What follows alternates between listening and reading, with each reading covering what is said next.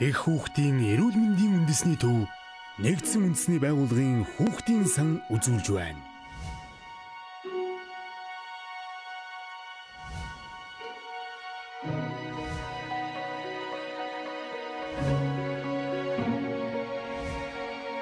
Та бидний амьдрал, хайр дурлал, гэгээн хүсэл мөрөөдлөөр жигүүрлэн сайхан гэр бүлийг бий болгодог. Эцэг их өөрийн мэдэх чадах бүхнээ өөр хүүхэдтэй харамгүй хайрладаг. Энэ бол та бидний эрхэм баялаг. Их хүүхдийн эрүүл мэнд, их орны эрхэм баялаг. Сайн байцгаана үзэгчдээ, та бүхэндээ энэ өдрийн мэндийг хүргэе. Эрүүл мэнд эрхэм баялаг нэвтрүүлгийн шинэхэн дугаарыг хүрэхэд бэлэн болсон байна. Энэхүү нэвтрүүлгээрээ Монголынхон хүүхэд бүрийг эрүүл саруул өсөж тарниулах энхийн манаанд та бүгдийг нэгтгэхийг уриалдаг билээ. Ингээд эрүүл мэнд эрхэм баялаг нэвтрүүлгийг надтай хамтран их хүүхдийн эрүүл мэндийн үндэсний төвийн эмч Ариун Жимэг хамтруулж болно. Баярлалаа. Өмнөх дугаараар бид ямар сэдвээр нэвтрүүлгээ бэлтгэн хүргэсэн талаар иргэн нэг санья.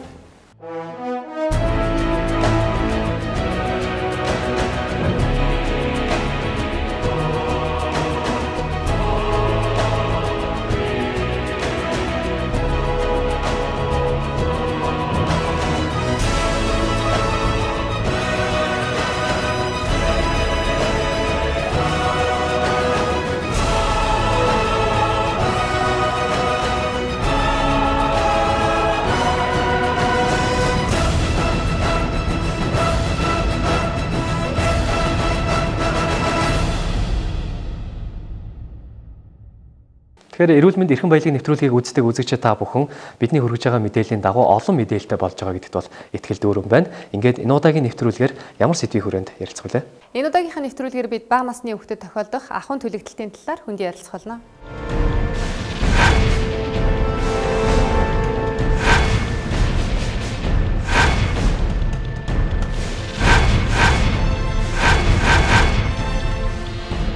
Тэгэхээр бага насны хүүхдэд тохиолдох төлөгдөлт болон түүнд авах арга хэмжээний талаар зөвлөгөө авахар их хүүхдийн эрүүл мэндийн үндэсний төвийн эмч эмчигээ тайсна өрье.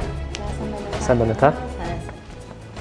Тэгэхээр бага насны хүүхдийн одоо төлөгдөл авах арга хэмжээ болон за энэ талаар бас үзэгчдэд дэлгэрүүлж мэдээлэл хүргэх байхаа. Гэхдээ ер нь төлөгдөлт гэдэг маань бага насны хүүхдүүдэд ер нь ямар зовөр гэдэг юм уу? Ер нь төлөгдсөн үед ямар арга хэмжээг авах хэрэгтэй бэ? Энэ талаар яриа эхлэе те.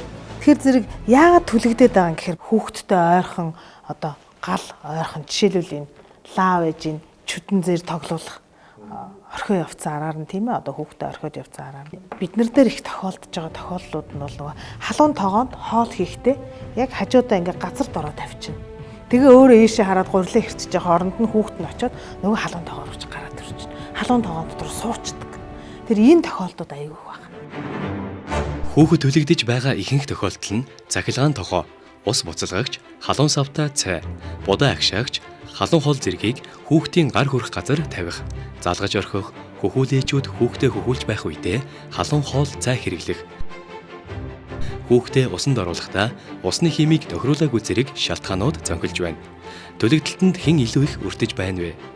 Мүлгэж эхэлж буй 4-8 сартай хүүхдүүд. Хөлд орж эхэлж буй 6-аас 18 сартай хүүхдүүд.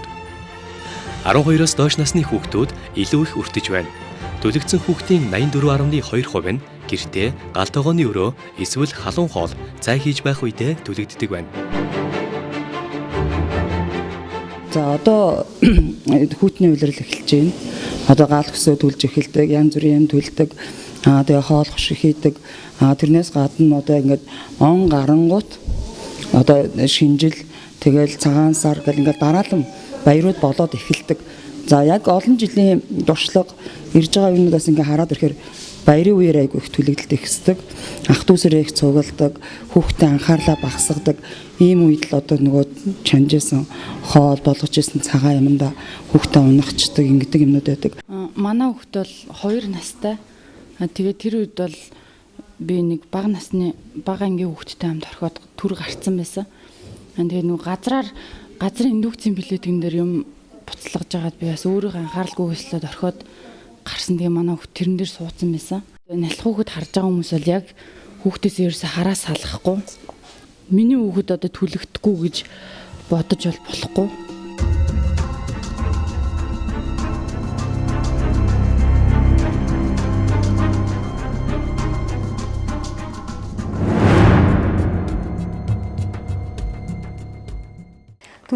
төлөгдөчөөл яах юм гэж байгаа байхгүй юу. Тэгэхээр бид нэр ингээ хараад ахад хүүхд төлөгдчихлээ. За энэ гараар ингээ төлөгдчихлээ. Одоо энэ. Тэгэхээр энэ гар дээр нь ингээ аль савн төрхнө. Хизээч юм байхгүй. Тэгээ одоо өөр яад юм. Гутлын тос ус ингээ төрөхт юм байна л да. Ийм юм ерөөсөө байхгүй. Илсэн чихэр зуурч хагаад бас төрөхдөг байхгүй юу. Ийм юм ерөөсөө байхгүй. Анхны арга хэмжээ нь ерөөсөө урсгал ус. Жишээл байшинтай айлууд бол крантны хүүтэ усаа ингээд хэдэн минут урсгана. Одоо нэг 10 минут ч юм уу тийм ээ. Яг тэр төлөгдсөн хэсгээр гэр хороолт байх юм бол шангаар ингээд хүүтэ ус утгаад ингээ хийгээд. Бүтэн биеэр нь төлцсөн тохиолдолд тэр хүнийг одоо пошкт авсан юм уу, төмпөн савт авсан дүрээд авах бол шаардлага байхгүй. Зүгээр ерөнхийдөө нэг ариут төгч уусна юм уу? Бүр одоо хатуугаар хэлэх юм бол эргээд наалтахааргүй л тийм болт юмыг одоо хийгээл тосон төрөлч юм уу. Тэгэл хүүхдээ ороогоод ингээл өвчин намдаах юм хэрэглээл зам зураа тэгэл хурдан аваад ирэх хэрэгтэй. Тийм л анхны зүтэлж үзүүлж явах шаардлагатай байна л да. Болзошгүй аюулаас сэргийлэх. Мөлхөө хүүхдийн харааны түвшинд байгаа бүх төрлийн аюултай эд зүйлсийг холдуулах.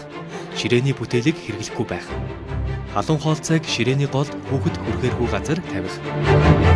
Дээр нь хэрвээ хүүхэд маань нилээд их өвдөлттэй энэ төлөгдөл бол ерөөсөө л өвдөлт хамгийн амар байдаг байхгүй юу. Тэгэхээр нилээд их өвдөлттэй дээр нь өөрсдөө та нар ерөнхийдөө одоо мэдж байгаа бол насанд нь тохирсон өвдөлт намдаах хэмээх хэрэгжилж болно. Жишээлх юм бол парацетамол, шулуун гүцээр нь хийдэг юм насанд нь тохирсон. Хүүхэд төлөгдсөн тохиолдолд дараа гарах хэмжээг авна. Төлөгдсөн хэсгийн хувцас эд зүйлсийг яаралтай тайлж авна. Урсгал хүйтэн усанд 10-аас 20 минут байлгах. Хүйтэн усанд хэд удааж болохгүй. Цэвэр материалаар болт хийх. Өвдөлт намдаах эм уулгах хэрэгтэй. Төлөгдөлтийн хэмжээ их, шар хулайж хавдсан, цэврэн өсөрсөн тохиолдолд хүйтэнчин буюу мөс хэрэглэж болохгүй. Харин чихтэй альчуур эсвэл ариун болт сул тавина.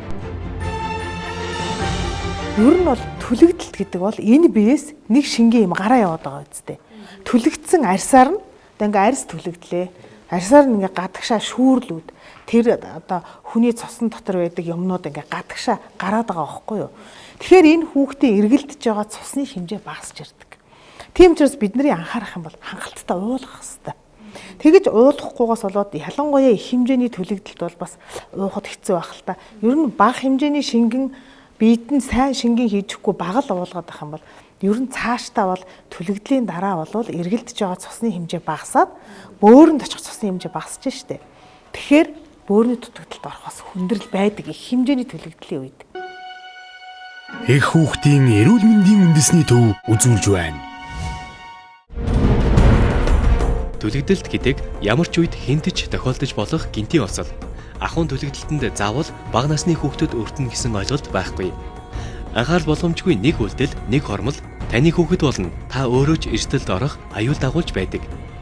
Төлөгдөлтийн хор уршиг нь хүнийг насан туршид нь зэрэмдэг болгох, эсвэл сэтгэл зүйн хүнд дарамтанд оруулдаг, маш урт хугацааны хүнд эмчилгээнд явуулах зэрэг олон хүндрэл үүсгдэг эцэг их асран хамгаалагч хэн бүхэн сайтар ойлгож байх хэрэгтэй юм.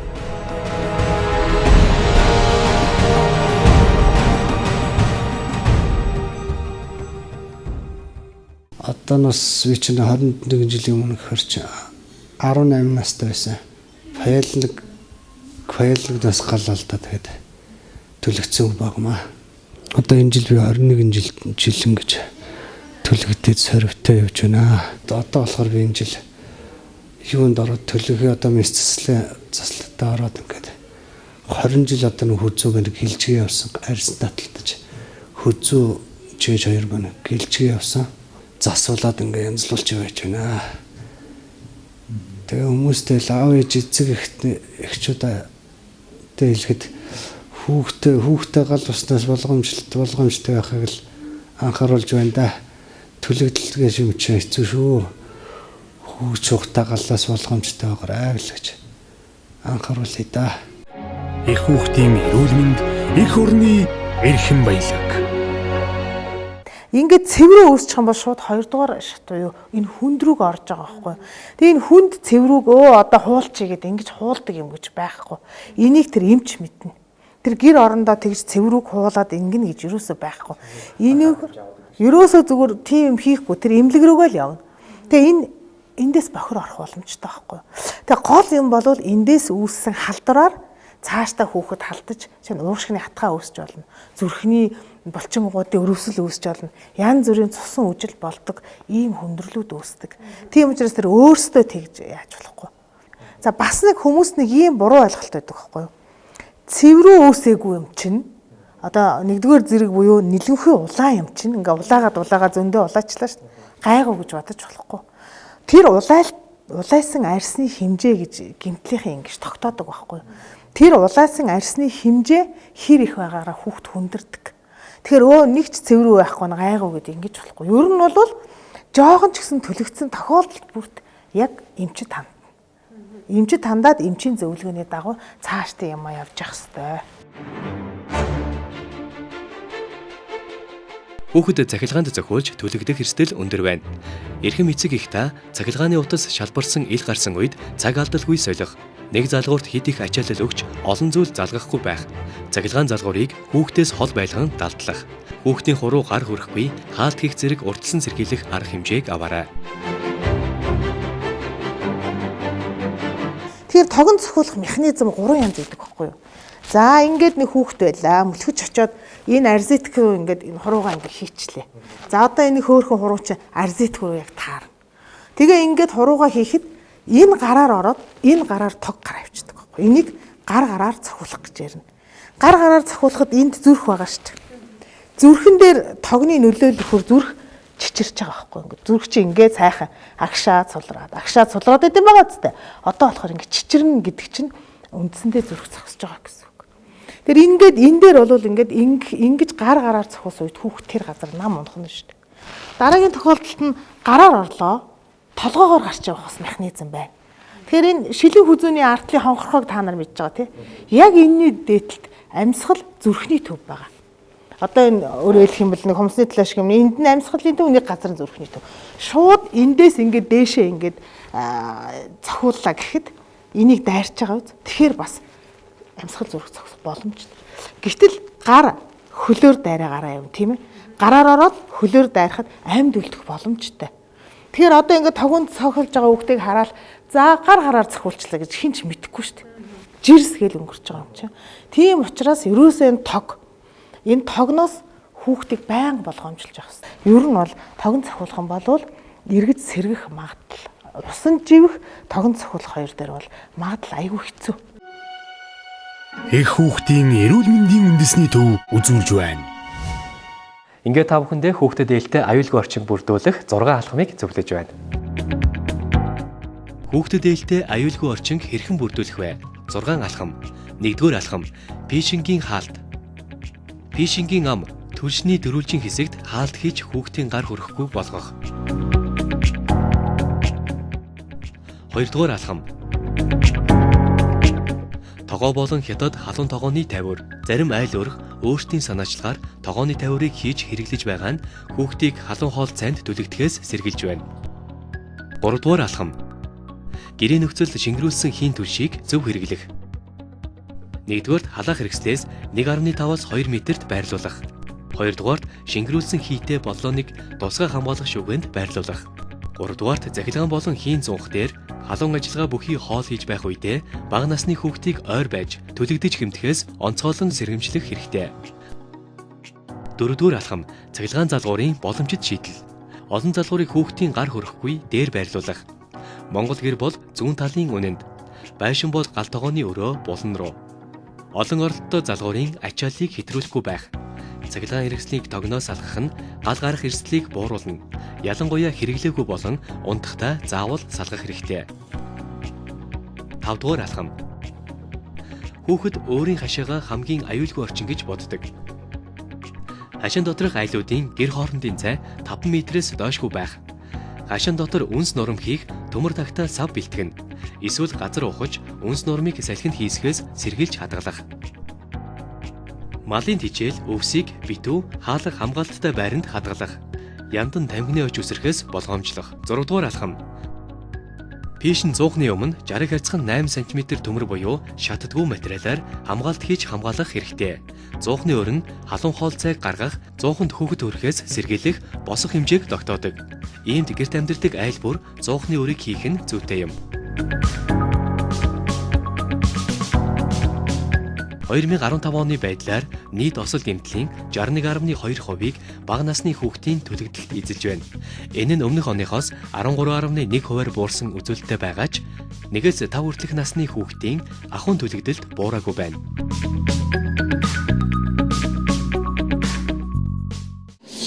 Үр хүүхдээ анхаарч хараач одоо хүүхэд гэдэг тийм бүхэл бүтэн ертөнц тийм хөөрхөн амьтан бий болгочоод тэрийг анхаарч халамжлахгүй харахгүйгээсээ болоод түлчээд ингээд ирээд ирэхээр өөрөөсөө маш их эмгэнэлтэй хүнд байдалд орж байгааг бол өдөр тутам харж байна. Тэгэхээр зэрэг юм бол хэлж ирдэггүй бас юм их өвчүүх юмнаас том эхэлдэг. Тэгэхээр зэрэг бол хүүхдээ асрамж хамгаалж сайн анхаарал халамжтай байгаа ч л гэж хүсэх байна та. Их хүүхдийн эрүүл мэнд, эх орны эрхэм баялаг. За тэгэхээр бид элбэг тохиолдох ахуй төлөгдөлт болон түүний эсрэг авах хэмжээний талаар оюун чимэг эмчтэйгээр ярилцаж зөвлөгөө авлаа. Эндээс эцэг эхчүүд та бүхэн хамгийн чухал нь хүүхдээ хараа хяналтгүй орхихгүй байх, мөн хүүхдэд ээлтэй аюулгүй орчинг бүрдүүлэх хэрэгтэй гэдгийг харж авсан бахаа гэж бодож байна. Сүүлийн үед хүүхдүүд төлөгдөжээ, төлөгдөлтийн улмаас энджээ гэсэн энэ мэдээллүүд цөөнгүй одоо хилэгдэж яригдах боллоо. Энэ болгонд анхаарал болгоомжтой байх, хүүхдийг энэ төлөгдөлтөөс урьдчилан сэргийлэхэд юуг анхаарах вэ гэдэг талаар бид та бүхэнд зөвлөхийг зорилоо. Хүүхэд төлөгдөх олон шалтгаан байгаа. Энэ болгон насанд хүрэгчд бидний нүдээр харахад бол өчүүхэн мэт боловч олон ийм хүчин зүйлүүд үйлчлдэг. Та бүхэн энэ мэдээллийг дутууд удмаг олж авсан бол энэ нэвтрүүлгийг дахин давтан үзэж өөрсдийнхөө амьдрал ахуйд өргөнөөр хэрэглээрэй гэж зөвлөж байна.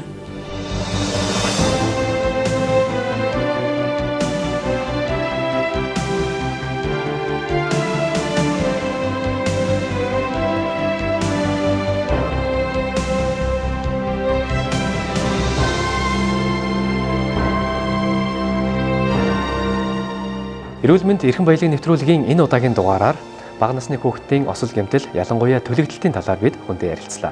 Хамгийн чухал нь бид бүхэн бага насны хүүхдийг хараа хяналтгүй орхихгүй байх, мөн ямар нэгэн ахуйн төлөгдөлтөнд өртсөн тохиолдолд ямар арга хэмжээ авах талаар тодорхой мэдлэгийг олж авсан байх гэхэд найдаж байна. Ингээд бяцхан үрсийнхээ гэрэлт ирээдүйн төлөө цаг гарган нэвтрүүлэг үзсэн та бүхэндээ баярлалаа. Дараагийн дугаараар эргэн уулзлаа. Түр баярлалаа.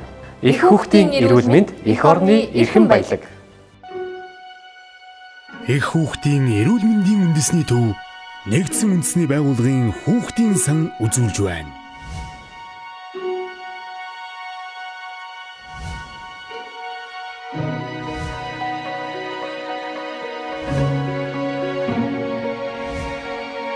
Та бидний амьдрал, хайр дурлал, гэгээн хүсэл мөрөөдлөөр жигүүрлэн сайхан гэр бүлийг бий болгодог.